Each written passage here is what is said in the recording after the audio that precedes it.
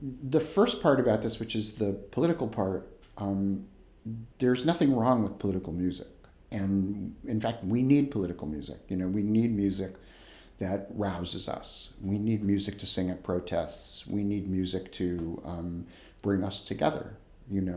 So just as we all have different emotional lives, we have lots of needs, right? And so some of those needs are really, truly are communal and motivational, and we need motivation, and music can help that. So there's nothing wrong with having music which stirs us, which makes us form into a group, which makes us agree. And of course, there's a danger in that because we can all be stirred by music to agree to something terrible. There's a lot of music that was very successfully used in Nazi Germany. If you watch the movie Triumph of the Will, there's plenty of music in that. So music is neither good nor bad, right? Music has the power to bring people together. Then the question is, what do you do with them once you have them together? So there is a kind of music that motivates people to join up, that motivates people to do something, that is made for people who all agree.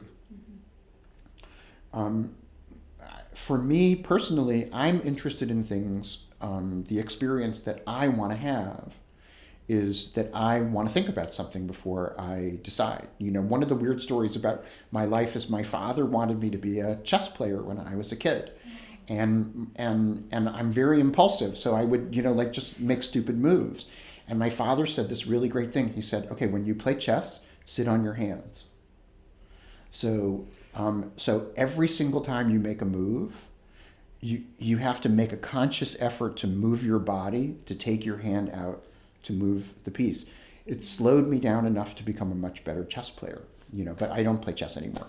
But when I was serious, that was how I did it, is I would sit, I would play matches sitting on my hands. And so why am I saying that? Because the experience that I want to have in music and in life and in everything is somebody tells me something and I don't want to react to it immediately. I don't want to say, this is my emotional response to you. I want to go home. I want to think about it.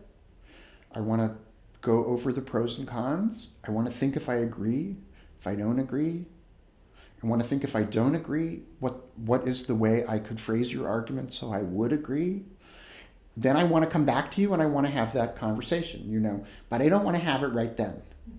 And so for me personally, the experience that I want to have in a piece of music, especially in a piece of political music, is I want to have a problem presented that requires my thought to unravel, that requires me to go home, to think about it, to figure it out, I'm writing this opera right now, my rewrite of Fidelio, which is premiering at the New York Philharmonic, not this June, but next June.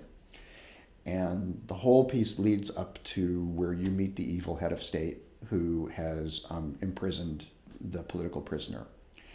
And I haven't written this music yet, so I may change by the time I get there, and I barely written the libretto, and that's also going to change. But right now, what's supposed to happen is you meet the evil head of state, and then he sings to you what he thinks he is doing, and you are knocked back because he has an opinion too. He has a reason why he is doing what he is doing.